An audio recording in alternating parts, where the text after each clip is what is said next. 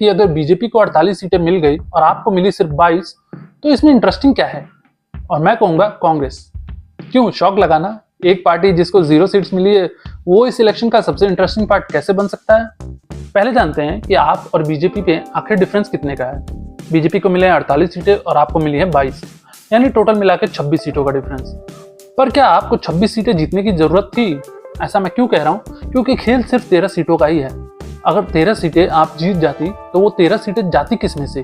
क्योंकि सिर्फ 2 पार्टियों ने ही सारे सीट्स जीते हैं, तो ऑब्वियस सी बात है कि 13 सीटें बीजेपी में से कट के आप में जाती। यानी सारा गेम ये 13 सीटों का ही है। और लगभग 13 ही सीटें ऐसी हैं जहां पे कांग्रेस का वोट, आपका जो लूजिंग मार्जिन है, या तो उसके बराबर है या उससे ज्यादा है। मतलब कि अगर कांग्रेस को वोट नहीं मिलते तो हो सकता है उन सीटों पर आप जीत जाती बीजेपी से। आप आसानी से 35 सीटों तक पहुंच सकती थी और फिर 35-35 पे जाके मैच टाई हो सकता था। तो अब समझ में आया कि क्यों बीजेपी ने नहीं बल्कि कांग्रेस ने आपको हरा दिया दिल्ली इलेक्शंस 2025।